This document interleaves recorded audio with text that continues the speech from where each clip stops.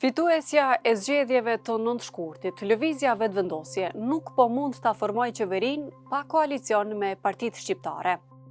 Vetëvendosje dhe Albin Kurti duket se nuk e kanë mbështetjen e plot as të deputetëve të pakicave. Por edhe sikur ta kishin, as votat e tyre nuk mjaftojnë për ta formuar qeverinë. Për herë të parë, këtë e pranoi nënkryetari i vetëvendosjes, Glauk Konjufca, i cili përmendi dy opsione. Votimin e një qeverie të re deri në zgjedhjen e presidentit të ri që pritet të ndodhë në prill të 2026-s, apo votimin e një qeverie afatgjatë që mund ta zgjedhë presidentin. Për të dy skenarët kërkohen 61 vota të deputetëve. Pse është kështu situata? Vetëvendosje ka 48 deputet, Partia Demokratike e Kosovës 24, Lidhja Demokratike e Kosovës 20 dhe AK-Nisma 8.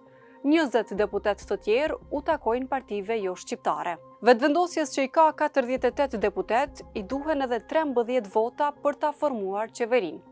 10 vota thuhej se i kanë nga deputetët e pakicave jo serbe, por siç duket, as ato nuk i kanë të sigurta.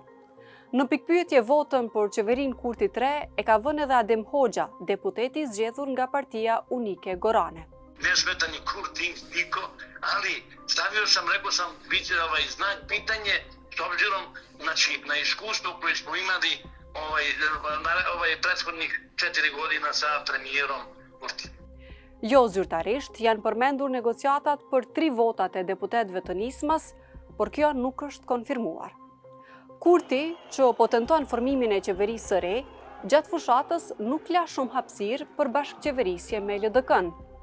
Na e kena provu koalicionin me ta. 51 dit na ka zgjot. O, për zotin që dash as 5 orë nuk mund të me zgjot.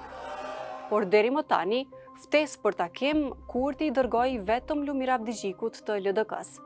Ai ja refuzoi këtë ftesë, duke ja përmendur Kurtit fjalët ofenduese që ai përdori për opozitën natën e nëntëshkurtit. Çfarë hajvonësh?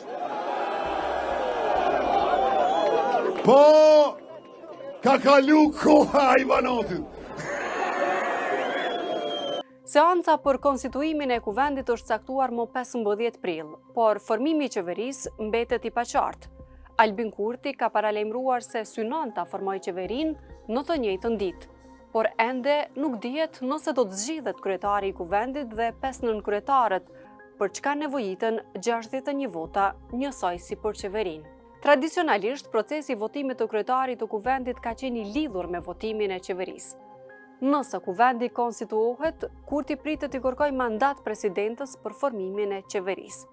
Në rast se dështon të sigurojë 61 vota, presidentja Vjosa Osmani ka 10 ditë kohë për ta emëruar një mandatar tjetër në bazë të konsultimeve me partitë politike.